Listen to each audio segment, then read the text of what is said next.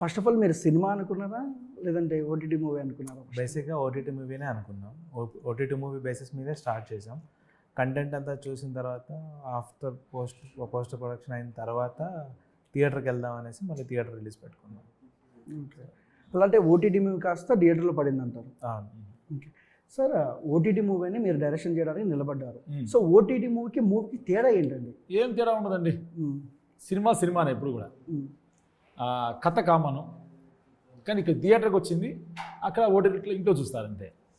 కానీ సినిమా ఎందుకు వచ్చిందంటే ఇక్కడ ఓటీటీ నుంచి థియేటర్కి ఎందుకు వచ్చామంటే ఒక బర్నింగ్ సమస్య, ఒక పాయింట్ని ప్రపంచం మొత్తం ఆ సమస్య వల్ల ఎలా బలైపోతున్నారనే పాయింట్ని థియేటర్ కూడా చూపిస్తే బాగుంటుందనే ఆలోచనతోనే థియేటర్కి వచ్చింది. దానికి ప్రొడ్యూసర్ గారికి మనం హ్యాండ్స్ అప్ చెప్పాలి. ఎందుకంటే అన్న నువ్వు ఇటు చెప్పలేదు కదన్నా, ముందు మనం ఓటీటీ అనుకున్నాం కదా, మళ్ళీ ప్రమోషన్స్కి ఇది మళ్ళీ అన్నిటికీ ఖర్చు అవుతాయి, అవి కూడా జంగకుండా ఆయన ముందుకు వచ్చేసారు.